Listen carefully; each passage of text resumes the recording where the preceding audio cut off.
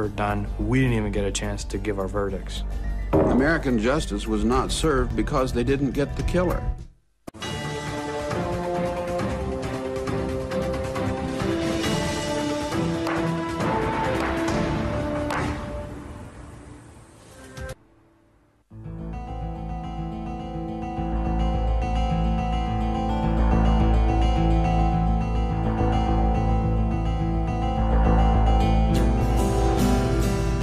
Akron, Ohio. Once called the rubber capital of the world for the companies like Goodyear and Firestone that have made it their home. Tough times have scarred the city and hit some parts of town especially hard. In May 1999, 18-year-old Hannah Hill was living with her parents on Akron's depressed southwest side. Jennifer Edwards was her best friend. Hannah was very, very happy about graduating high school and getting out on her own. And she couldn't wait to start college, you know, make a life for herself. Hannah was the only daughter of a truck driver and a housewife. Once crowned Winter Queen by high school classmates, she was now working as a secretary and had just bought herself a new car. Like any teenager, she spent a lot of time with friends. She would just come over to my house, and we'd sit there and watch movies, play on the computer, talk. But on the weekends, we went out a lot. Hill also had a boyfriend, 19-year-old Brad Oborn, with whom she had lived briefly before moving back in with her parents. Friends said they had a troubled relationship and that Oborn was at times physically abusive. Early in the evening of Wednesday, May 19th, Hill came home from work and changed into her pajamas. She planned to stay in for the night. Hannah called me about 9 o'clock. I said, well, what are you going to do tonight? And she said, well, I'm just going to stay home and go to sleep. But Hannah did not stay in. Instead, she made a few phone calls and got dressed again. She told her mother, Kimberly, that she was going out. It was about 10:30 p.m. Veteran reporter Keith McKnight covered the Hill story for the Akron Beacon Journal and co-authored an 8-part series on the case. Her mother said that Hannah appeared to be disturbed. She appeared to be bothered. And she left the house and said she would see her later. When Hannah didn't come home the following morning, her parents thought she might have spent the night with a friend. But then they found out she hadn't shown up for work. I knew something was wrong then. When nobody heard from her, Hannah just wasn't the type of person to ditch a job.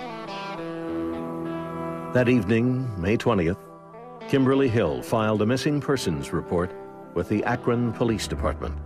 The report included a description of Hannah's car, a 1996 Geo Prism. The police took no immediate action on the Hill report for reasons that remain unclear. The department declined to comment on the case for American justice. Police would later point out that people Hannah's age often left home for a few days, so they had no reason to suspect foul play. Jennifer Edwards, however, did not believe her friend would run away without telling anyone. I probably had to page her like 20 times within the 2 days, you know, leaving voicemails saying, if something's wrong, if something happened, you know, and you need help, come home and we'll help you. Concerned, Edwards spoke with several people to find out if they had seen Hill, including Hill's boyfriend, Brad Oborn. He's like, Bert, can she be, do you know anything? Did she say anything to you? Said no. Edwards also called a mutual friend, 20-year-old Denny Ross. I said, Denny, Hannah's missing. Nobody can find her. Nobody knows where she is. Have you seen her? He said, no, I haven't seen her.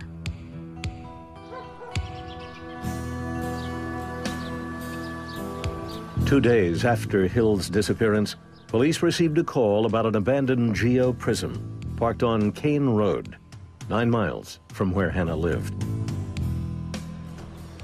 An Akron police officer was dispatched and gave the car a parking ticket. Because Hill's missing persons report had not been entered into the police computer system, he did not know that it was Hannah Hill's car. So he wasn't particularly alerted to the fact that this was the car of a missing person. It was simply a car that was parked illegally. The next day, Brad Oborn visited the police. Apparently, Brad went to the police department trying to get them to find his missing girlfriend. And they saw at that point that he had scratch marks on him. Oborn said that Hannah had scratched him during an argument they had shortly before she disappeared. Police were suspicious, but without any evidence, they weren't able to detain him. Soon after, they released information on the case to local media, seeking leads. Responding to the news coverage, a number of people called the police to report that Hannah Hill's car was parked on Kane Road. At least 2 were told to call back the next day, even though they told police they were certain it was the missing girl's car. Officers were finally dispatched the following morning, May 26th, a full week after Hannah's disappearance. At about 7:30 a.m., the officers arrived at Kane Road. When they were finally able to get the car's trunk open, they made a gruesome discovery: the body of Hannah Hill. Hannah Hill was naked from the waist down, with her sweater and her bra pulled up over her breasts. She had bruises on her back, bruises on her face, abrasions and contusions all about her nose, and it looks like she really got beat up pretty good. Jennifer Edwards found out what happened to her friend a few hours later. On the news, it said it might possibly be her body. But when they said that, I knew. Who else's body is going to be in the trunk of Hannah's car? I just broke down. I was hysterical. I didn't believe it. I didn't believe it whatsoever. Akron residents were shocked that police had allowed Hill's body to go undiscovered for so long. Somebody was dragging their feet. And days later, they come out here and finally check it out and find her in the trunk. Somebody could have been here last week and had this taken care of, and maybe she wasn't dead. I don't know. That's what's so sad. Anxious to see this case closed, the Akron police assigned all available officers to the investigation. They're under a bit of pressure here because of the public relations aspect of this case.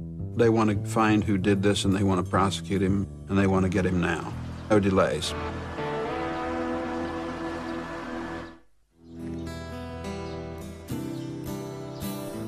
On May 26, 1999, 1 week after she disappeared, 18-year-old Hannah Hill was found dead in the trunk of her car in Akron, Ohio.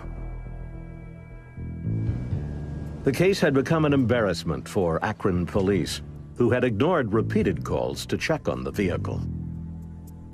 When they found the body, of course, there was a great controversy because she had been there on the street for about a week. An autopsy conducted hours after Hill's body was discovered revealed that she had been strangled. A white residue was found on her lip, and what appeared to be a bite mark found on her arm. According to the coroner's report, she had had sex shortly before her death.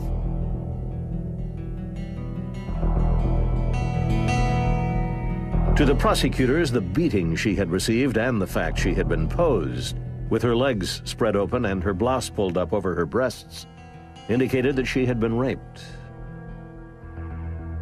We had a girl who was badly beat up, who was bruised in the back and bruised in the face. So if you have sex and you have a beating that eventually leads to a death, that is how you get the rape. At first, police had one suspect, Hill's boyfriend, 19-year-old Brad Oborn. Hannah's friends told police that Oborn had physically abused her. Early on, if there's ever a case where a female is killed, the first suspect is always the husband, the boyfriend, the fiance, whoever.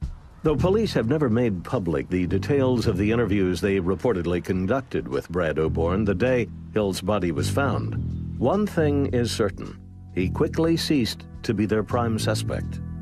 Instead, for reasons that still remain unclear, police turned their attention elsewhere.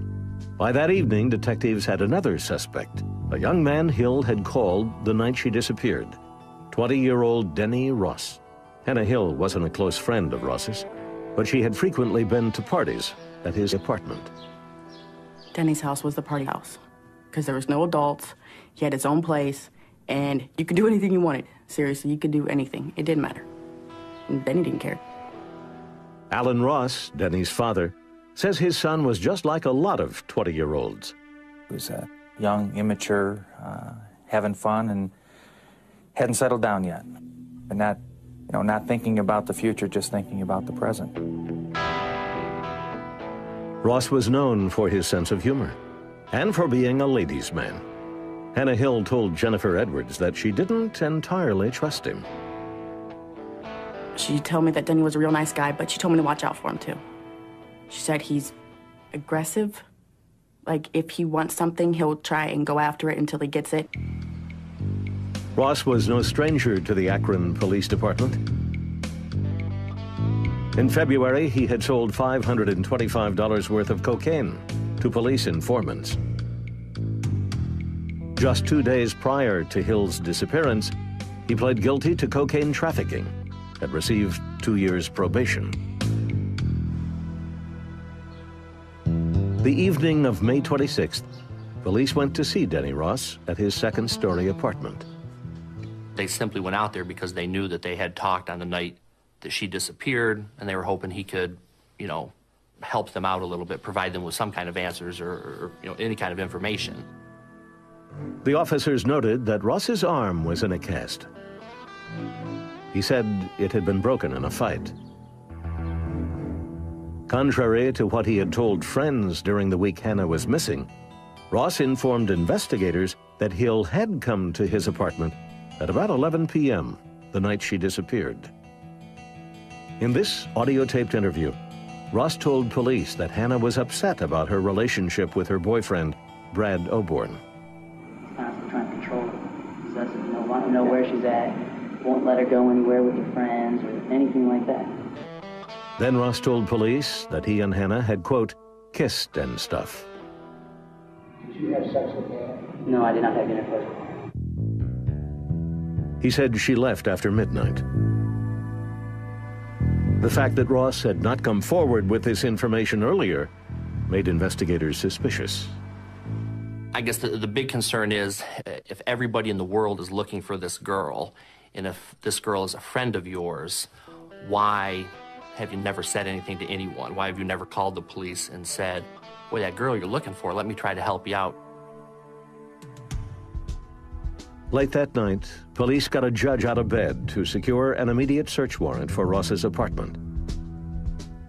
In the early morning hours of May 27th, at least 15 officers arrived for the search. As seen in this police videotape, detectives found what appeared to be spots of blood on the walls. It was just throughout the apartment, on the shades, on the walls, I want to say on his sheets, blood all over the place. Then outside the building, underneath one of Ross's windows, an officer spotted a garbage bag lying in the bushes. One of the detectives actually went back, I think, to have a cigarette and saw it, saw what looked like the shape of a shoe that was sticking out. The garbage bag contained a pair of women's pants covered in blood and feces. A purse, panties, and shoes were also found and quickly identified as the clothes worn by Hannah Hill the night she disappeared. It was the break in the case that police had desperately hoped for. Less than 24 hours after the discovery of Hannah Hill's body, Denny Ross was arrested and charged with aggravated murder, rape, and other felonies. At a press conference, the Hill family praised the police for their work. I'm thankful that they found my daughter, and I'm thankful they have found who was responsible for it. Authorities were confident they had found the man who killed Hannah Hill. Reporter Phil Trexler covered this story for the Akron Beacon Journal. The police and the prosecutors beat their chests, saying that we may have screwed up in finding Hannah's body, but we're sure we have her killer. While authorities pursued their case, Alan Ross, Denny's father, prepared to fight for his son. You know, Denny has maintained his innocence from day one. Never once did I think that, you know, Denny did it. Ross quickly assembled a team of defense lawyers, led by attorney David Chesnoff. The defense team began examining the evidence that the state planned to present at trial. In addition to the bag of Hill's clothing, DNA tests confirmed that the semen found on Hill's underwear was that of Denny Ross. The white substance found on her mouth seemed to correspond to the cast Ross was wearing, and the mark on her arm appeared to match his teeth. But as the defense dug deeper into the state's case, they began to find holes they felt they could exploit. I determined that the police department and the prosecutor's office had done a very poor job, in my opinion, of investigation. As a result, the defense would build their case around what they claimed was a rush to judgment by the state. They believed that they were going to nail the guy who was last with her, and that was the end of the story.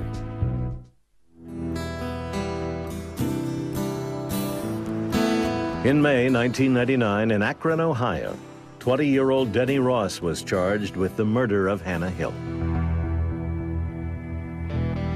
Because prosecutors believed Ross had also raped Hill, they charged him with aggravated murder, a capital crime. Hill's best friend, Jennifer Edwards, was convinced of Ross's guilt. I believe that Denny Ross is responsible for Hannah's death. I don't know if he did it alone or he had help, but I believe Denny did kill Hannah. Ross's arrest had come just 24 hours after the discovery of Hannah Hill's body. The defense planned to argue that in their haste to arrest someone for Hill's murder, police and prosecutors failed to thoroughly investigate other suspects or consider alternate scenarios. They certainly settled on one suspect very early on in the investigation, to the exclusion of doing more thorough investigation of other potential suspects. They pointed out that just hours after Hill's body was found, the police dismissed the man who had been their prime suspect, Hill's 19-year-old boyfriend, Brad Oborn. According to prosecutor John Grevin, however, the reason was simple. There was no evidence that pointed toward him. There's a lot of innuendo. Well, geez, you know, they had a rough relationship. Well, that's not really evidence. In addition, the prosecution would later report that Oborn had passed a polygraph test. For investigators, further indication that he was not involved. But the defense felt there were additional leads that investigators overlooked. Denny Ross's apartment was adjacent to an adult bookstore, and presumably there could have been some mischief there as well. Also, fast food wrappers were found in Hill's car, but police never checked out local restaurants for leads. Even the evidence the state did have was proving to be flawed. Despite the large number of bloodstains found in Ross's apartment, none of them could be traced back to Hannah Hill. Some of it was Denny Ross's, it was unknown. It's unclear as to why there was so much blood in that apartment, but none of it was Hannah's. Without blood evidence placing Hill in Ross's apartment, the state had no way to prove she had been killed there. They also had no physical evidence placing Denny Ross in the car where Hill's body had been found, and no hair or fiber evidence from Ross on Hill's corpse. To some observers, the state's case didn't seem logical. Now you have a man with a broken left hand living in a second-floor apartment who takes the corpse, drags it down the stairs, deposits it in this vehicle of hers, drove it 1.5 miles away, and then, for God knows what reason, removed her brown corduroy pants and her panties with feces on them, puts it in a bag, and takes it home with him, where he stores it for 8 days. I have never heard a reasonable explanation of this. I think everybody involved knew that this was a tough one because we really didn't have any direct evidence. What we had were pieces of circumstantial evidence, and our feeling was that if we could put enough of those in there and tie it together, that would be enough to convict him. Ross's trial began on October 17, 2000. You may proceed with opening. In Prosecutor Brian Loprinzi's opening statement, he said that the state would use circumstantial evidence to prove that Denny Ross raped, beat, and strangled Hannah Hill to death. And I'm sure you will agree that only one man could have sexually assaulted, beaten, and killed Hannah Hill. And that man is sitting right there, Denny Ross. Well, at the opening statements, the prosecution definitely looked like they had all this evidence all lined up that would point directly to Denny Ross. They did not have, they said, the smoking gun, but they did have circumstantial evidence, and it was going to be proved beyond a reasonable doubt that he was guilty of those crimes. In his opening statements, defense attorney David Chesnoff claimed that investigators had ignored other suspects in their haste to make an arrest. He argued that the state simply would not be able to prove its case. The evidence can show that Denny Ross did not commit a rape, and if there's no rape, there's no motive, and if there's no motive, there's no murder. As one of their first witnesses, the state called Hannah Hill's best friend, Jennifer Edwards. He sat there and looked me straight in my eyes. I did not see any remorse, any sorry, anything in that boy's eyes at all. And during those times, Edwards testified that Ross had lied to her repeatedly during the week Hill was missing, denying that Hannah had been in his apartment the night she disappeared. It laid the groundwork, I think, for a good prosecution case. That here we know Hannah Hill had gone to his house because he later admitted it. So why would he be denying it to Hannah's friends repeatedly for 5, 6, 7 days? Prosecutors then called several Akron police officers to testify about a key piece of evidence, the bag of Hill's clothes found outside Ross's apartment. The officers said they had heard a noise outside the building as they climbed the stairs to his second-story apartment, and concluded that the noise must have been Ross throwing the bag out the window. There was testimony at the trial from one of the officers that he heard a thud behind the building. No one was in a position at the time to see the bag come down. It would have been great if they did, but we just didn't have that. On cross-examination, the defense emphasized how illogical it would have been for Ross to keep Hill's clothing 8 days after her murder, when he knew he was under police scrutiny. They presented their own theory of how the bag had gotten there. The defense argument was they planted it. And where they found it, I don't know. Or who, it may not have been the police. It may have been the actual person who committed the murder that put it there, knowing that she had left there. The state then turned to the most difficult part of their case, proving that Denny Ross had raped Hannah Hill. The county coroner testified to circumstantial evidence that supported the charge of rape. Hill had had sexual intercourse shortly before her death. She had been beaten severely, and her body had been left in a sexually suggestive position in the car. Though there was no semen found inside her body, Denny Ross's semen was found on her underwear. What we had is we had some physical evidence to piece together all the different pieces of the circumstantial evidence, that could lead to that conclusion. On cross-examination, the defense questioned whether Hannah Hill had even been raped, given that the autopsy report indicated there were no signs of vaginal tearing or other injury. The coroner could not offer a definitive medical opinion one way or the other. Well, a medical examiner never can. Rape is a legal term, not a medical term. You could have really a clear rape without any physical damage whatsoever. In a further effort to tie Ross to the murder, the state called a chemist from Goodyear, who testified that a white residue found on Hannah Hill's lip could have come from the cast on Ross's arm. Some of the fibers that were found on Hannah's face were identical to the types of fibers that that particular hospital used to make casts. That is the kind of thing that Denny would have been wearing. But on cross-examination, the defense got the chemist to admit that the residue could have come from other sources. That material is also found, for example, in the materials that they make the liners for car trunks. It's just a very, very common element that you find in many things. On October 25th, 2000, after 8 days of testimony, the prosecution rested its case. Jurors were prepared for the trial to continue. We went in there, we're ready, we're gonna hear the defense's side. But then came a move that surprised everyone in the courtroom. The defense said it would not be calling any witnesses. Dave Chesnoff stood up and told the jury, based on the evidence, Denny Ross would arrest. And I wrote that there was a gasp in the courtroom, and that was not an exaggeration. The defense was confident that their cross-examination of the state's witnesses had clearly established reasonable doubt, and that prosecutors had failed to prove their scenario of how the crime occurred. It was the right choice. It was absolutely the right choice. I had felt very, very, very good about the examinations of all their witnesses, and I wanted to leave it on that note.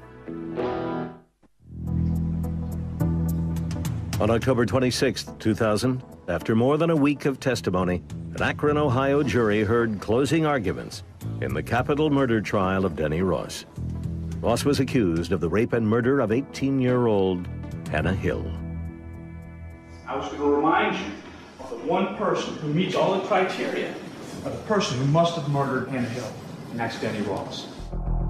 Denny Ross had no responsibility to put on a single piece of evidence because they didn't prove their case beyond a reasonable doubt. The case went to the jury of 5 men and 7 women. In her instructions to the jury, Judge Jane Bond explained that they would have to find Ross guilty of raping Hannah Hill in order to convict him of either aggravated murder or the lesser charge of murder. If they did not believe he raped Hill, she told them, they did have the option of finding Ross guilty of manslaughter. The jury began their deliberations at 9 a.m. At first, they were divided.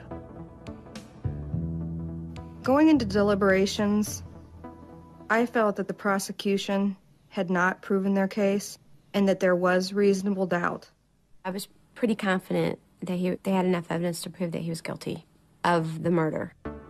After an initial poll, the jury began to examine the evidence, starting with the garbage bag of Hill's clothes found under Ross's window.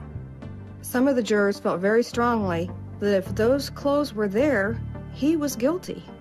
And in my opinion, kind of went in the other direction as to why would somebody keep a bag of clothes that would implicate him and throw them out the window as the police rushed in on him. The bag wasn't tied in any way. It was just crinkled at the top and dropped. Supposedly dropped. If this was dropped from the second-story window and it wasn't tied, how could it stay closed? The jury also discussed the evidence presented by the state concerning the rape charge. They felt that although Ross's semen was found on Hill's underwear, the state had not proven rape. When the doctor first gave his testimony, he was saying that there was no evidence of rape at the time. They couldn't prove his sperm was inside her, that kind of thing. I just didn't feel there was enough evidence to prove that he actually raped her. After spending 3 hours going over their initial questions, the jury took their first break at around noon.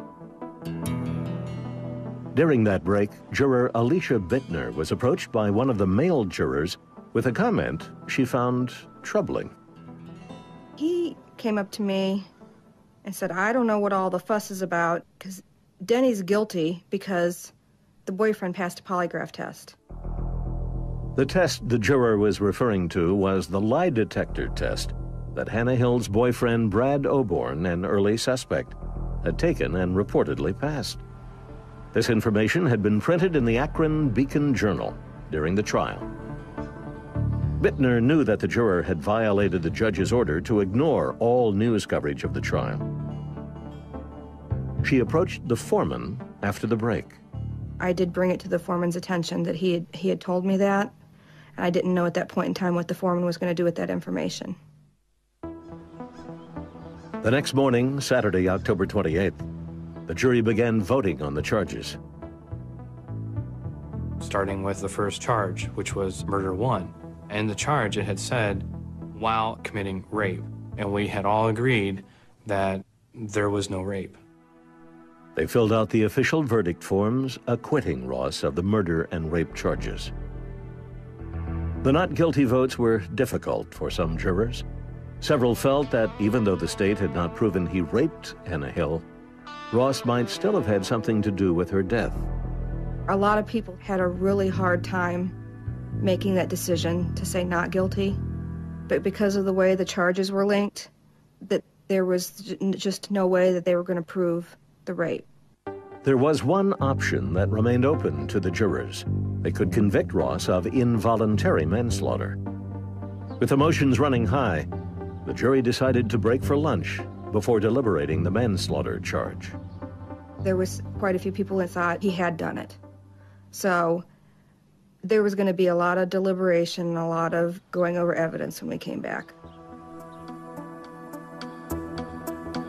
The jury returned from lunch at around 2 p.m., ready to begin considering the manslaughter charge. But before they could start, Judge Jane Bond ordered the jury to stop their deliberations. This was in response to a note the foreman had sent to the judge sometime during lunch. The bailiff came back in and said, don't talk about the case, just drop it, talk amongst yourselves, play cards, do whatever you have to do, just don't talk about the case anymore. Fine. While the jury sat wondering what was happening, Judge Bond was meeting with lawyers from the defense and prosecution. Bond told the attorneys about the note from the foreman. It said that a juror had information about a polygraph test that was not presented at trial. The foreman wanted to know if the juror could be released so that they could have, quote, an impartial and fair jury. Prosecutors believe that if the jury was in fact tainted, the judge should declare a mistrial. My feeling on this case is once that determination is made that the jury couldn't be fair and impartial or was tainted in any way, any decision that they rendered should be out. The defense, however, was confident that this jury would vote in Ross's favor and did not want him to face another trial. We felt there was one juror that was prejudiced. Well, that was just one juror, and we felt the jury would still reach the right decision. After meeting with the lawyers in private, Judge Bond called Denny Ross into open court and questioned him as to whether he wanted a mistrial. Well, he said no. The judge told him, you understand this note indicates that one juror very likely thinks you're guilty based on evidence that didn't come out during the course of the trial. He said, I understand. Then, about 10 minutes later, with the jury still waiting in the deliberation room, Judge Bond announced her decision. Court finds that this jury cannot render a fair and impartial verdict in accordance with the law. Court therefore discharges the jury without prejudice to the prosecution. A mistrial is declared. Courtroom observers were stunned at how quickly the judge had reached her decision. I mean, it was a matter of 5-10 minutes that, it was not long. I mean, she didn't go in and deliberate or anything. Judge Bond then went into the deliberation room to speak with the jurors themselves.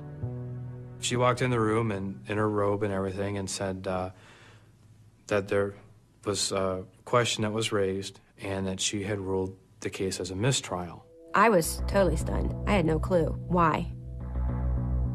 In fact, before I could say it, someone said, can we ask why?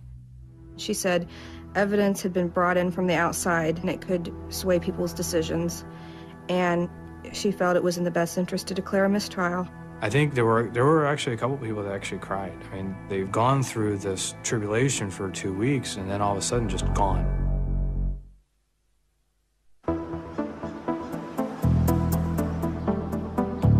On October 28, 2000, Judge Jane Bond stunned court observers and jurors in the Akron, Ohio murder trial of Denny Ross. She declared a mistrial because one juror, contrary to the judge's instructions, had apparently read a news report about the case. Alan Ross, Denny's father, was devastated to learn his son would have to stand trial again. If the juror, whoever caused this problem, would have been honest with the judge, we wouldn't be having this discussion right now. Jennifer Edwards believed that the juror's misconduct had set her friend's killer free. I was shocked. It made me so angry because a stupid juror read the newspaper, you know? And I'm thinking, what a bumbling idiot would do this and jeopardize the whole thing. And there was an additional complication. The jury had already voted to acquit Ross of the rape and murder charges against him. When we signed those verdict forms and the 12th person put their signature on there, that was a binding document to us. Some jurors were angry to learn that their verdicts might not stand, and that they would not be able to deliberate the possibility that Ross was guilty of manslaughter. They were still considering the manslaughter charge when the mistrial was declared. And there's some debate. We've talked to some jurors who said that he was not necessarily going to walk away. As Denny Ross was taken back to jail, his defense team began preparing his appeal. They argued that because Judge Bond had not exhausted all of her options before declaring the mistrial, she hadn't met the Fifth Amendment standard for a mistrial, what's known as manifest necessity. That's the legal jargon. And what it basically means is you only declare a mistrial if that's the only thing left that you can do. The defense also argued that the not guilty verdicts on the murder and rape charges were legal and binding. If Denny Ross were to be tried again, they asserted, it would constitute double jeopardy. Prosecutor John Grevin responded that the verdicts were invalid because the jury had been tainted. The analogy I use is if you have a trial and you find out that 3 of the jurors have been bribed, well, right away, you're going to declare a mistrial and say that's it. And then if all of a sudden you find out, well, even though they were tainted, they still found a couple of verdicts, well, you're not going to accept that. In February 2002, an appellate judge ruled that Bond had not met the standards of manifest necessity and acted prematurely in declaring the mistrial. A second trial, the court said, would violate Ross's constitutional protection against double jeopardy. Ross could never be tried again for the murder of Hannah Hill.